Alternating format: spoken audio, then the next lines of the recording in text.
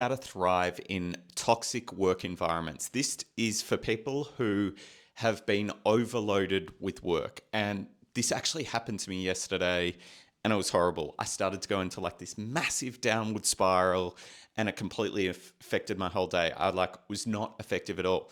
So, I've got 4 tips on how you get out of that workload problem. So the first one is you go to your boss. If they're putting on more work, you ask them, say, hey, this is how I'm structuring the work. Your 4 tasks you've got for me. I'm going to put this at number 1, 2, 3, 4, and this is when I think I can get to those deadlines. Now, that is hopefully going to share with them your workload so you can say, hey, they can see how much you're doing. And then you also know the priority of jobs so they can't get pissed off at you. Now, if you don't have a boss who you can ask this question to, I've got a very simple thing that I do, which is I work for myself, obviously.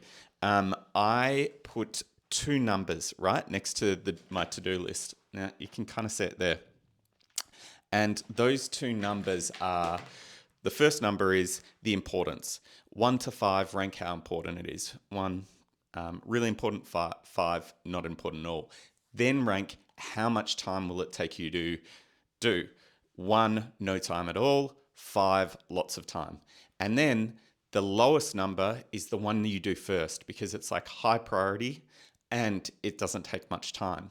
And so then you start prioritizing everything in in an order, which makes it feel achievable, and you can start to get things off your to-do list.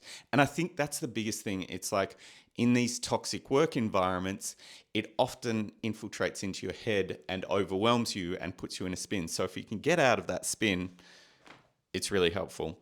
The other thing that I've noticed is talking to someone. Just vent your problems out because a problem shared is a problem halved. It's true. It just doesn't feel right. You just need to get it out of your head. And then you're going to start making a plan for how you're going to deal with that workload. Next one is shuffling into future time. So right now, I've got all these work jobs. I don't have any more time in this week, and I know I'm going to stress about it all weekend. So what I do is I just block in meeting times to finish that workload next week. And then I'm not going to be stressing about it all weekend. And I've actually got time, and no one's going to hopefully block that time if they see it blocked in my calendar. Next one is eat and sleep. You start to spin way more when you haven't slept or you haven't eaten. And I know it's sometimes hard, but you can definitely control eating. So make sure you're full and you're not spinning because of that.